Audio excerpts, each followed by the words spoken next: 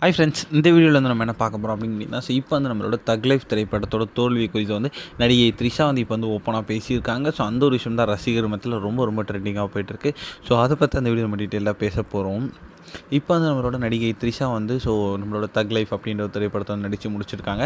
So என்னதான் வந்து அந்த திரைப்படத்துக்கு வந்து நிறைய நெகட்டிவான ஒரு விமர்சனங்கள் வந்தாலுமே வந்து நிறைய ரசிகர்கள் வந்து அவங்க வந்து ஒரு போல்டான ஒரு கேரக்டர் தான் பண்ணியிருக்காங்க அப்படின்ட்டு நிறைய பேர் பாராட்டவும் செஞ்சாங்க. அதே சமயத்தில் திரைப்படத்தை பற்றி பார்த்தோம்னா வந்து கிட்டத்தட்ட 38 ஆண்டுகளுக்கு பிறகு வந்து கமல் மற்றும் மணிரத்னம் இணைகிறாங்க அப்படின்றதுனால படத்தோட எக்ஸ்பெக்டேஷன்ஸ் பீக்கில் இருந்துச்சு அப்படின்னு சொல்லலாம். ஏன்னா வந்து இதற்கு முன்பு அவங்க கொடுத்த படம் வந்து தமிழ் சினிமாவோட ஒன் ஆஃப் த பெஸ்ட்டான நாயகன் அப்படின்ற ஒரு திரைப்படம். ஸோ கண்டிப்பாக தக் லைஃப் வந்துச்சுன்னா நாயகனை மறந்துடுவீங்க அப்படின்லாம் சொல்லியிருந்தாங்க. ஸோ அதனால் அவ்வளோ ஒரு எக்ஸ்பெக்டேஷன்ஸ் வச்சுருந்தோம். ஆனால் வந்து அந்த ஒரு திரைப்படம் வந்து எக்ஸ்பெக்டேஷன்ஸ் அப்படியே வந்து பிளாக் பண்ணிடுச்சு அப்படின்னு சொல்லலாம். ஸோ முதல் நாள்லேருந்தே வந்து படத்துக்கு பெரிய பெரிய நெகட்டிவ் விமர்சனம் தான் கிடச்சிது.